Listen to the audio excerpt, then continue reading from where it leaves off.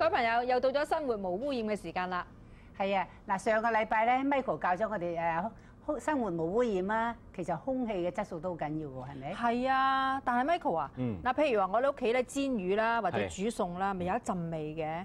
咁如果我點個蠟燭咧，得唔得咧？係冇咗嗰個陣味。冇咗陣味，不過咧，逢親你聞到有味嘅空氣咧，基本上就係一種污染嚟嘅。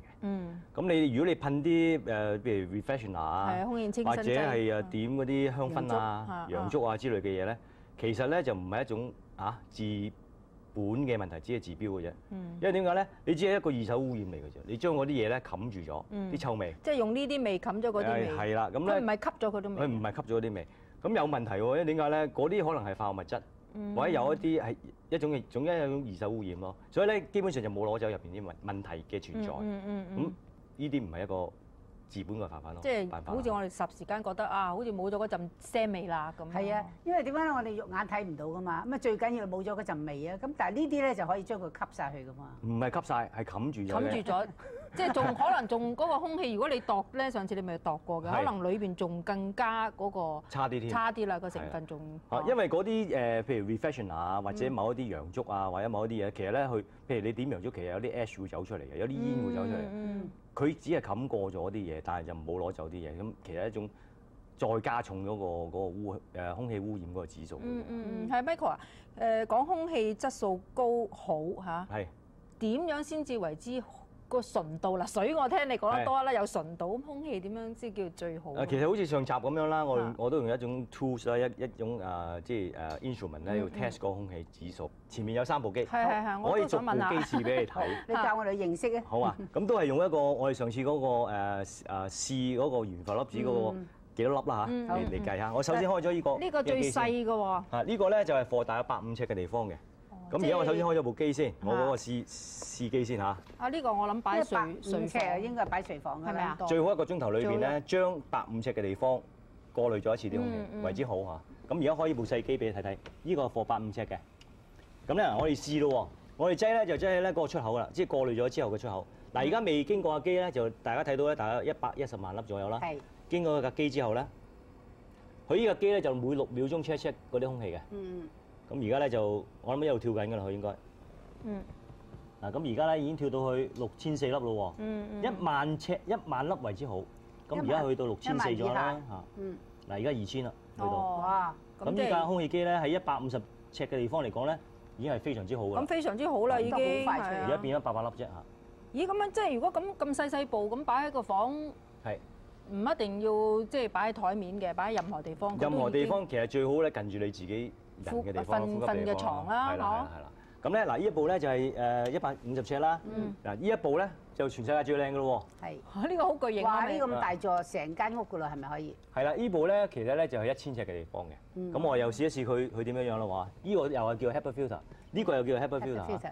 不過即係佢比嗰個容量大啲嘅地方。呢個咧就係1000尺嘅地方用喺下。咁咧又係即係嗰個出口啦。咁咧應該6秒鐘就車啦。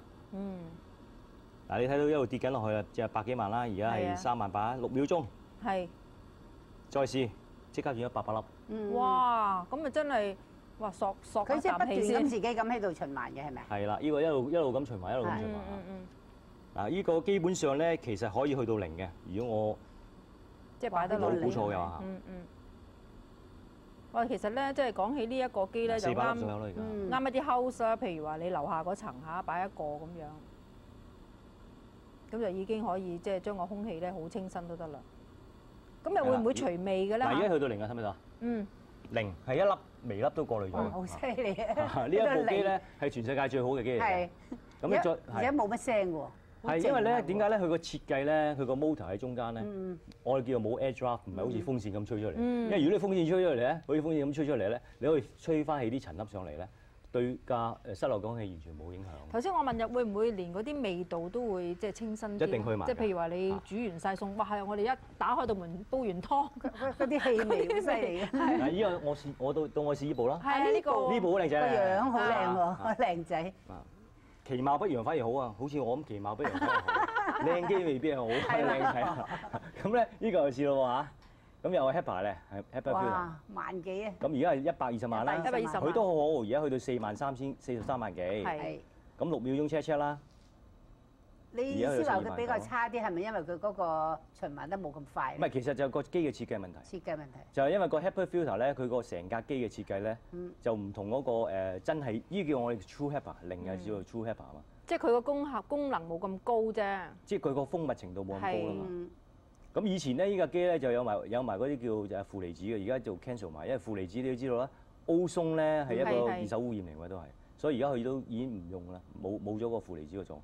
嗱，而家其實點樣都係10零萬粒，都未去到1萬粒嘅水平。咁呢架機咧就個 performance 我哋叫佢加差啲㗎。差少少即係如果比起呢個，哇！睇見佢個小朋友細個，原來佢好快脆。即係你即係話俾我哋聽，去選擇呢啲空氣清新機，就起碼要知道佢嗰個嚇。係咪所謂佢話 HEPA 啦？係咪真係 true HEPA 啦？係咪真係佢個性能去到真係超微粒99.97%係0.3個 micron 咧？就要睇佢要用架機嚟度㗎啦。但 Michael， 如果我哋去買呢啲機嘅時候咧，咁佢個個外貌唔同㗎嘛，係咪？咁如果我哋去嘅時候，可唔可以叫佢幫我哋即係？其實一定要㗎，因為咧一定要叫佢話俾你聽。測試俾我哋睇啊！係，如果佢係一個 certify 嘅人，或者佢真係賣空氣機嘅人咧，應該一定有一部呢個叫 particle scanner。哦。要試俾你睇，喂，你架空氣機係咪真係得㗎？係咪真係 HEPA filter？係咪真 HEPA filter？叫佢試俾你睇。你再講多次，去到幾低先至？如果經過一個 HEPA filter 咧，1萬粒嘅微粒以下為之好就好啦。一個立方尺得㗎。嗱，而家我哋睇過之後，以後去選擇咪知道。咪就係咯，要知道試試。係一定要啊！呢啲係消費者嘅權益嚟㗎嘛。唔係，因為事實上係啊，我哋買就係想空氣清新啫嘛，原來都唔知係唔係嘅。總之擺一部機喺度，咁就變咗冇咗意思。所以唔好相信靚仔，依家好靚嘅。不過我覺得咧，除咗即係佢咁好用之外咧，仲可以當為一件即係家具擺設啦，幾靚喎！依家就真係又靚又好嘢。好啊，咁啊 Michael 今日好介紹，咁我哋知道咧，即係空氣咧真係要高質素㗎嚇，吸落去都覺得啊深呼吸真係。最緊要無污染。係啊。令到我哋身體咧唔會影響我哋身體嘅健康咯。係啊。不過咧，我都有聞過㗎，我覺得佢係即係好舒服嘅聞，我覺得好似好清新咁嘅嗰個氣味。即係如果擺咗呢個機入去間房，係。所以你話煎魚都冇味㗎嘛？你話煲油都冇味㗎嘛？係咯。咁尤其是咧啲人即係譬如吸煙咧，都可以即刻咁抽晒。係咪啊？係。因為食煙咧 ，actually 如果你食煙咧，係將嗰個空氣污染咧超過10倍以上。譬如你平時100萬粒啦，你一噴口煙出嚟咧，經過呢個嘢咧出嚟咧，經過我 tester 出嚟咧，係1000萬粒以上。咁即係佢裏邊有 filter 嘅，要換㗎咯喎。係通常嚟講，即係佢吸咗啲唔好嘢啊嘛。係，佢會黐咗入邊啦。通常嚟講，一個 HEPA filter 咧，我哋講緊係超微粒嗰個 filter 咧，大概5年都換一次。哦，5年先換一次。係。咁好，今日又上咗課啦。OK。唔該晒 Michael。唔使。